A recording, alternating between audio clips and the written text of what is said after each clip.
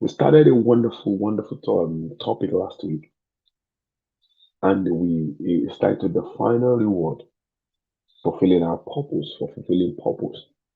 And we made ourselves understand that every one of us we are created by God for a purpose here on earth, meaning that God created every single one of us to fulfill His God-given purpose, fulfill His purpose.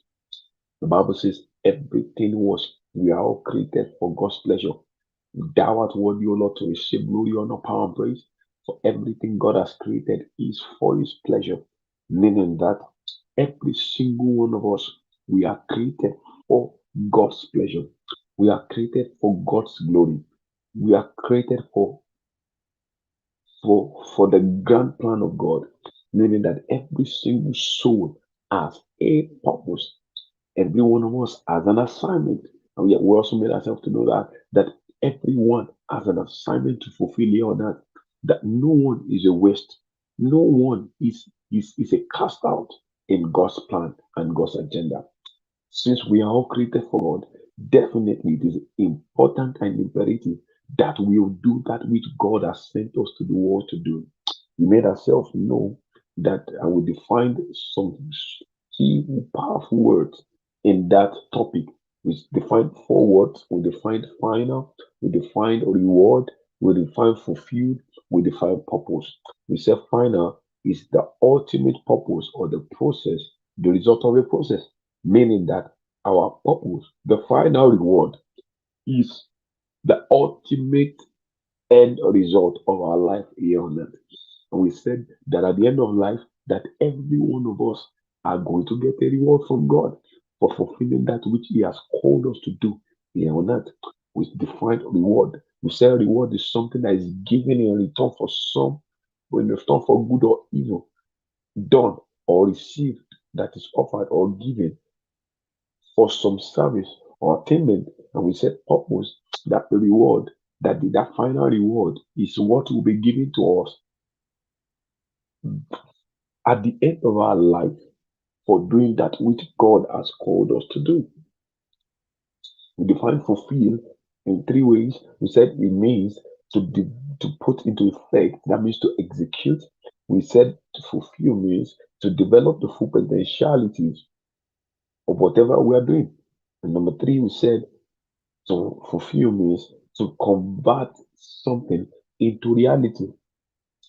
And we said that purpose is defined as number one, the reason for which something exists or is created, or the reason why something is done.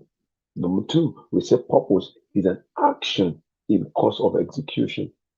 Number three, we define purpose as something set up as an object or end to be attained.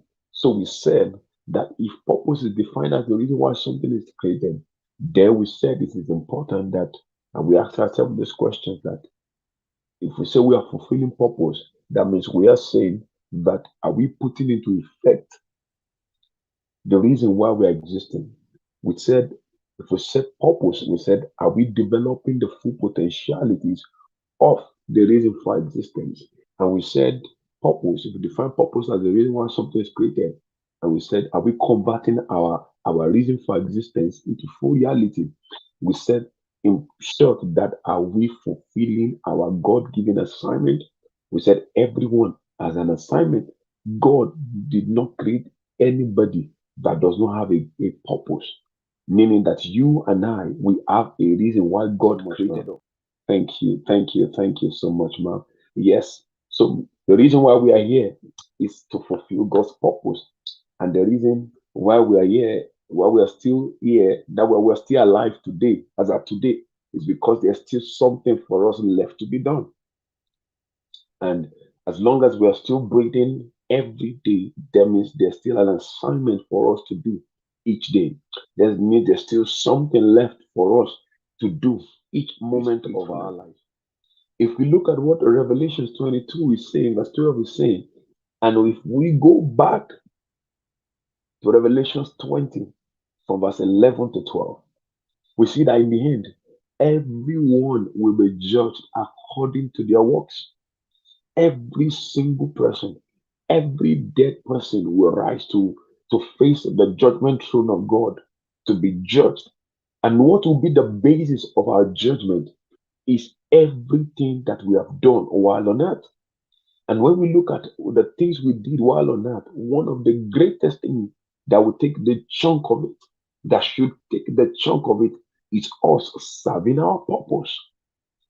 One of the things that we're going to be judged on at the end of life is us fulfilling our purpose.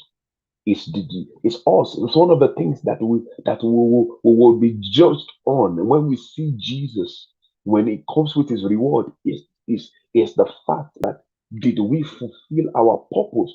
Did you fulfill your assignment? The main reason why Jesus sent you to the world while on earth. And Jesus was saying in Revelation 22 that behold, I'm coming quickly, and my reward, the final reward, and my reward is with me to give everyone according to his earthly deeds. The final reward is with Jesus. He's going to bring it with him. He's going to give it to every one of us at the end of our life. When we see him face to face in glory, when we see him in eternity, when we stand before that throne and we are judged based on what blessings, no one takes anything out of here. No matter how rich you are not taking your riches out of her. No matter the accolades you have, no matter how much degree you are not taking your degree out of this planet Earth. Your PhD, your money is not useful in eternity, except if you have used the money to serve the purpose of God while on earth. Except if you have used your PhD, your degrees to be a blessing to those people while here on earth. Those are purposeful living. Those blessings are good, but are you using the blessing of God to serve God's purpose? Where I pray God open our eyes to see that everything you have been blessed with, whether spiritual, financial, is to be a blessing to another person. So when we say the final reward for fulfilling purpose, we are saying that the ultimate result or the ultimate reward that will be given to us by God and on His Son Jesus Christ for doing the reason why we are existing, or for doing the reason why we were created and why we existed and why we existed in the first place. And we say when we define these four words together, we said there are four things that there are 12 points, sorry, there are 12 points we could derive from that small analogy and definition. We said number one, everyone is created by God for a purpose to fulfill here on earth, meaning that there is nobody who is purposeless, just that most people have not yet discovered their purpose. Everyone has a purpose. Go and discover yours. Pray to God to show you if you don't know it yet. And if you have known it, and if you know it, put in the work to fulfill and do that which God has called you to do. Number two, we said discovering God's purpose for our existence gives meaning to our life. That meaning that when we find our purpose, then our life starts to have a meaning.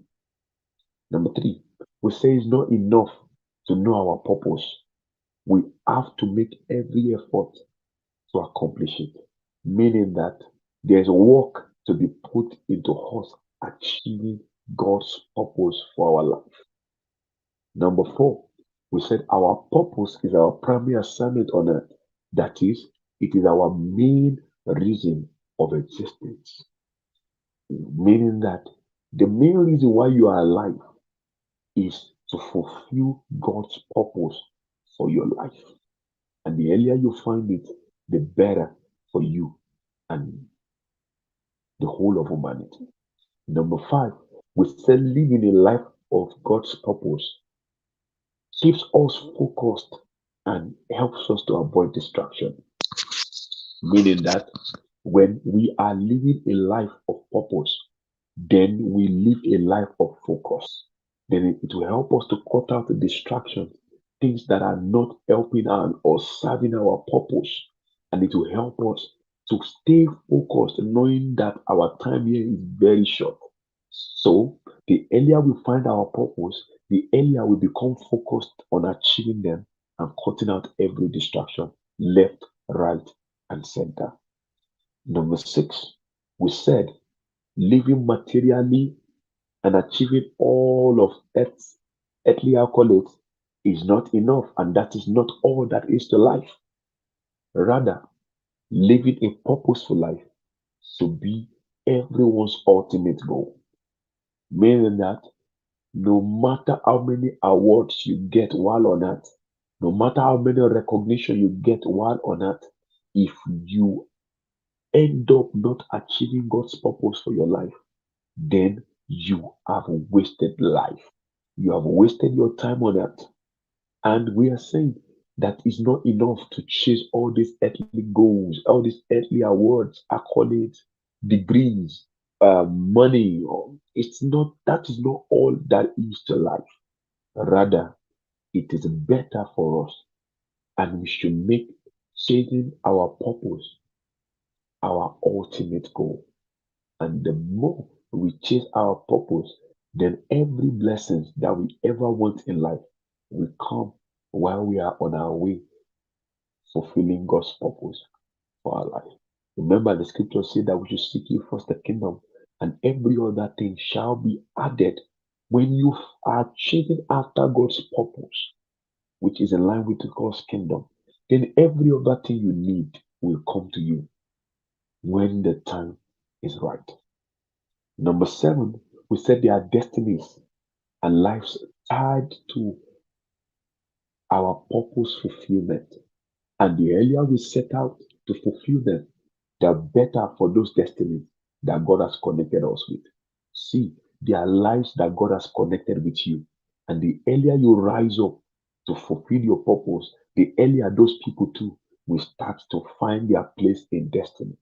And the more you keep sitting down and not doing anything, the more those people too will end up not finding their purpose except by the mercy of God. So please, I beg you, it's time to start to fulfill God's assignment for your life, because there are lives and destinies waiting for you to step out and do what God is sending and He has sent you to do, He's calling you to do, and is putting on your mind to do. Number eight, our primary, we said that our primary goal on earth, in addition to serving God, should be us finding our purpose and making sure we do everything in our capacity to achieve it. Please, please, and please. Our primary goal on earth, in addition to serving God, accepting Jesus, and walking in the path of righteousness and in the path of Jesus, in the path of holiness, our next thing should be us finding our main reason why God has sent us to the earth and doing everything in our capacity to achieve it. Number 10, we said that our greatest reward when we see God and His Son Jesus Christ finally in eternity will be the reward of us achieving the main reason, which is our main purpose, while God sent us to the earth. Our final and greatest reward for coming to this world at the end of life is and will be based on us achieving and fulfilling God's purpose for our life. Remember, Jesus said in Revelation 22, verse 12, He said, Behold, I come quickly, and my reward is with me to give everyone according to his or her earthly deeds. So, meaning that there is a final reward waiting for every one of us that fulfills his or our God given purpose.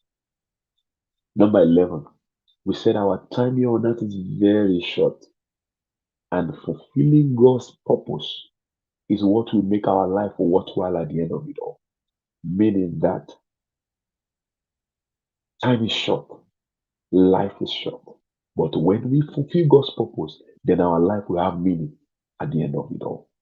Number 12, we said every divine given purpose is all part of God's grand agenda. It's all part of God's greater purpose.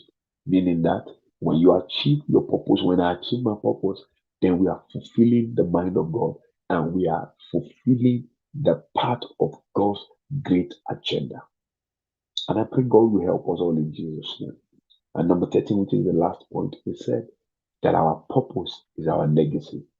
Whatever you live your life doing, whatever you do with life, is what you'll be remembered for. So I urge you and I encourage us all that we should live our life